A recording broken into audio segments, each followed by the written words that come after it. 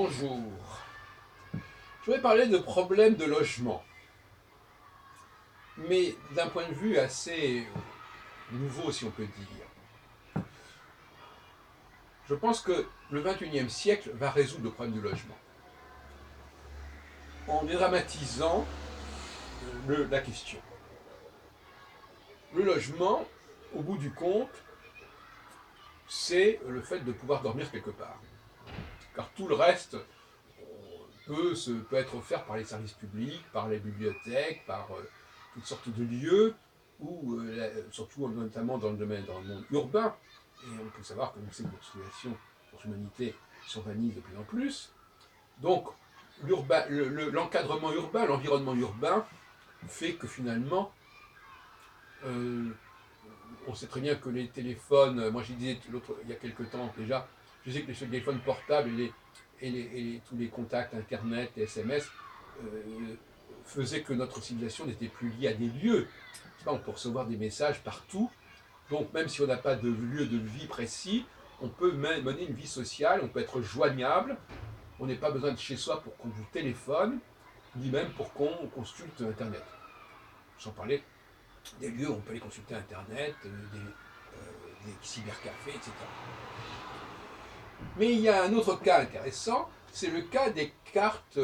Je pensais à cela en lisant un article de Télérama sur la Cinémathèque. Et effectivement, il remarquait que pour quelques euros par mois, je ne sais pas, 10, 15 euros selon les âges, non, on pouvait passer un temps fou à la Cinémathèque, depuis 14 heures jusqu'à 23 heures, etc. Et il y a d'autres endroits qui sont liés aussi à d'autres cartes illimitées, qu'on connaît bien, n'est-ce pas, aussi dans différents groupes, les deux grands groupes notamment de distributeurs. Et il y a des gens qui ont donc contracté cette carte qui coûte un peu plus cher que la cinémathèque, mais qui coûte pas plus d'une vingtaine d'euros par mois. 20 euros, c'est pas exactement le prix d'un loyer. Et quand on fréquente ces salles, certaines de ces salles, notamment des salles d'art et d'essai, notamment vers la rue des Écoles, la rue Champollion, etc., entre autres, hein, euh, qui jouent souvent vers des films un peu anciens parfois. Je ne préciserai pas non plus les noms des salles. On voit une population très particulière, mais sans laquelle ces cinémas ne fonctionneraient pas. Et en fin de compte, ces gens-là, ils ont certainement une carte d'abonnement, pas abonnement à telle et telle salle de cinéma, mais abonnement à un circuit, parce qu'en plus, il y a des accords entre les grandes structures et les cinémas d'art d'essai qui acceptent le pass en quelque sorte, ou acceptent la formule illimitée.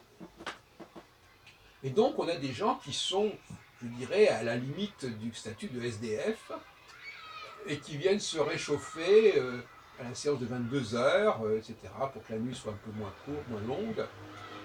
Bon, alors, c'est tout à fait flagrant. Hein. Il y a des salles où c'est complètement évident. Ces salles fermeraient carrément s'il n'y avait pas cette population. Ça revient à la théorie sociologique que j'ai développée depuis pas mal de temps, à savoir qu'une chose est officiellement la raison d'être d'un service, comme la cinémathèque, comme telle salle de cinéma, ou telle autre structure qu'on voudra bien imaginer, et les raisons qui font que cette structure fonctionne et euh, connaît une certaine fréquentation. Alors, le problème, c'est cette fréquentation euh, qui permet effectivement de justifier l'existence de cette structure, mais qui finalement n'a qu'un rapport assez indirect avec ce qui est avancé, ce qui est émis. On pourrait aussi penser que certaines bibliothèques, et même la Bibliothèque nationale d'ailleurs, par certains côtés, sont aussi des lieux où pour quelques euros par mois, ou par an d'ailleurs, les gens viennent se réchauffer, viennent passer du temps, et ils ne consultent même pas les collections. C'est vrai notamment pour le Haut-Jardin de la Bibliothèque nationale de France, où les ouvrages qui sont en rayon, en libre accès, sont rarement consultés, où les gens arrivent avec leur propre ordinateur, avec leurs propres travaux à faire. Et c'est quand même un peu dommage de constater, ce qui n'était absolument pas le cas à Richelieu, qu'au site Tolbiac, il y a une grande partie des gens qui viennent parce que ce sont des salles où on peut s'installer et qui n'ont rien à voir avec la Bibliothèque nationale, véritablement. Et donc on le voit dans les files des gens, de lecteurs qui attendent pour passer, parce que maintenant il y a Vigipirate, etc.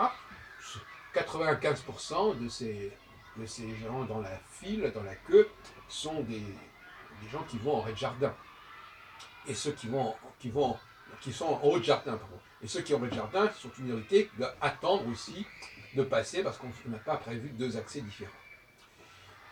Donc, qu'est-ce que je voulais dire? Je voulais dire que probablement, on pourrait imaginer, comme un peu pour le Vélib ou l'Autolib, on pourrait imaginer des endroits comme ça où on pourrait se reposer sans que ce soit ni un hôtel véritablement, ni un logement fixe.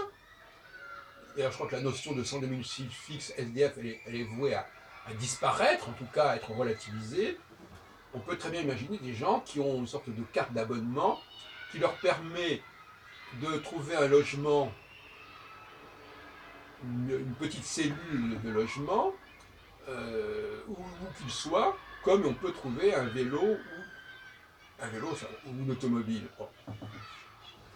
Donc à ce moment-là, ils entrent dans cette petite cellule, ils peuvent tout à fait, par exemple, avoir un système informatique qui leur permet de personnaliser leur cellule, c'est-à-dire qu'elle serait équipée de façon à ce que, par exemple, les objets courants, les images, les tableaux, la décoration, soient projetés, si on peut dire, soient installés dans la cellule, sur les murs, et non pas de façon concrète, mais de façon visuelle. Et par conséquent, où que la personne aille, elle trouverait, elle constituerait son propre décor. Éventuellement même sa propre musique, etc., etc. Et donc finalement, la question de l'appartement personnel, où l'on revient avec des objets concrets, ça n'a pas beaucoup de sens. Les livres, les livres, on peut les lire en bibliothèque, on peut les lire sur ordinateur. De moins en moins, il va y avoir une sorte de dématérialisation des lieux de vie. Hein, et ça devrait permettre de mettre fin effectivement à des problèmes de crise du logement, crise du bâtiment, etc. On va construire de plus en plus dans les villes des lieux qui comporteront des centaines de cellules, je sais pas moi, de 10 mètres carrés, qui comportent tout le confort nécessairement, etc. Et qui ne sont pas qui n'appartiennent à personne, il n'y a pas besoin de bail. Simplement, ça rentrerait dans le cadre de ce qu'on appelle le droit au logement. Hein. Les gens ont droit au logement, donc ils ont droit à une carte, surtout les personnes qui sont justement, qui relèvent de l'aide sociale, elles ont une carte, elles reçoivent une carte qui leur donne droit à bénéficier tous les soirs d'une cellule, j'appelle ça cellule qu'on pourrait appeler autrement, ça renvoie à un peu monacal, c'est pas une question de prison, et qui leur donnerait droit à demeurer là, et puis si tel endroit est complet, on leur indiquerait où on peut trouver des logements. Et il n'y aurait pas de promiscuité, parce qu'il n'y aurait pas de dortoir, ce serait très anonyme finalement, et en même temps, dès que la personne entre dans cette cellule, elle peut la meubler, si on peut dire, d'un point de vue virtuel, d'un point de vue informatique. Voilà. Donc je pense que ce serait la meilleure politique en commençant par les personnes qui sont en difficulté de logement, ou qui ont un loyer trop élevé par rapport à leurs revenus. Alors, je pense par exemple toutes les personnes qui ont une petite retraite, mais qui finalement, dont plus de la moitié est bouffée par les logements, etc. Enfin, il y a des personnes qui pourraient vivre plus largement si on leur réglait leurs problèmes de logement. Donc je propose que certaines villes, et commencer par Paris éventuellement, mettent en place ces logements qui ne sont pas vraiment des logements sociaux, parce que les logements sociaux prévoient au contraire que la personne habite bien pendant un certain temps dans un même lieu. Mais là, il s'agit de ce qu'on pourrait appeler une sorte de imolib, si vous voulez, comme on parle de vélolib, vélib ou autolib. Ce sont des chambres libres.